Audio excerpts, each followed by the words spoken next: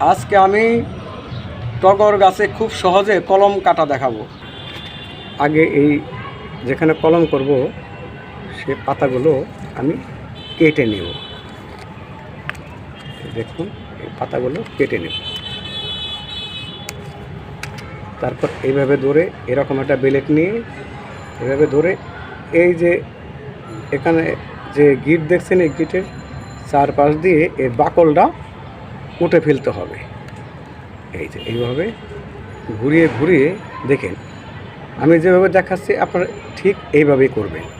আবার নিচে এরকম এইভাবে সুন্দর করে ঘুরে ঘুরে, খুব চাপ দেবেন না, তাহলে আপনার গাছের ডালটা কেটে যাবে।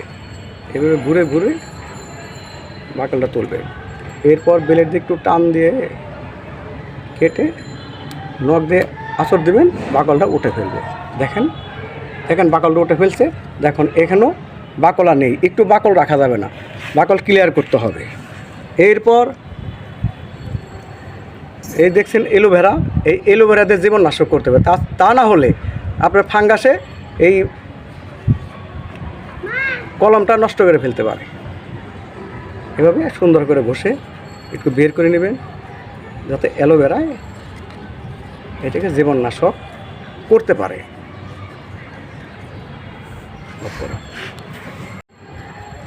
এরপর এইরকম বেলে দোআঁশ মাটি নেবেন, একটু কাদা কাদা থাকবে, হাত দিয়ে চিপে নেবেন। হাত দিয়ে চিপে এরকম করে নিয়ে দুইটা ভাগ করবেন। দেখছেন আমি যেভাবে করেছি আপনারা ঠিক সেভাবে করবেন।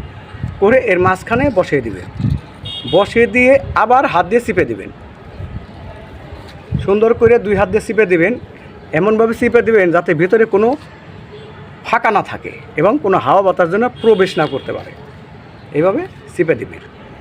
আপনি যে বাকলটা তুলেছেন বাকলটা যেন পুরাটাই ঢেকে যায়, তাছাড়া আপনার শিকড় হবে না। আমি যেভাবে দিয়েছি এভাবে দিলে আপনার 100% কলম হবে, কখনো মিস হবে না। এরপর আপনি এরকম পলি নেবেন, লম্বা করে কেটে, চড়া 5 ইঞ্চি, লম্বা এতটুকুই আর কি, লম্বা 10 ইঞ্চি বা 12 ইঞ্চি যেটুকু নেন। আর এরকম সুতো নেবেন সাদা, নিয়ে এইভাবে পলিটা সুন্দর করে পেঁচিয়ে দিবেন। পেঁচিয়ে দেওয়ার কারণটা হচ্ছে কোনো হাওয়া বাতাস যেন প্রবেশ না করতে পারে। হাওয়া বাতাস প্রবেশ করলে আপনার শিকড় আসবে না বা শিকড় হবে না। তবে সুন্দর করে পেঁচিয়ে দেবেন, পেঁচিয়ে সুন্দর করে পেঁচিয়ে দেবেন, কোনো কিছু যেন প্রবেশ না করতে পারে। এবার এইভাবে দেখেন আমি যেভাবে দেখাচ্ছি আপনি এইভাবে করবেন, 100% কলম হবেই, কোনো মিস করবে না।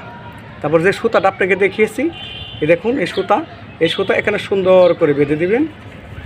এবার ধরে বেঁধে দিবেন।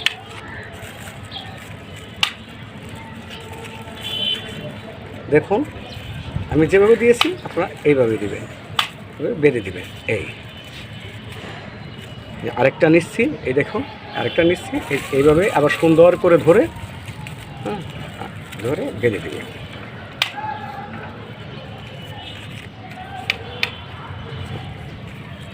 বেঁধে দেবেন।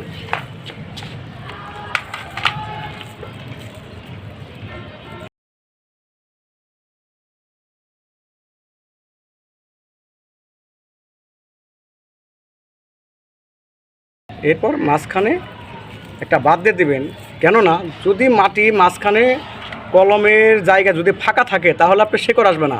এখানে বাদ দেওয়ার নিয়মটা হচ্ছে কেন, মাটিটা চাপ থাকবে, চাপ থাকলে আপনার শিকড়টা খুব সহজে বের হবে। এইভাবে মাঝখানে একটা বাদ দিয়ে দিবেন। দেখুন আমি বাদ দিয়ে দিয়েছি, এবার বাদ দিয়ে দিবেন।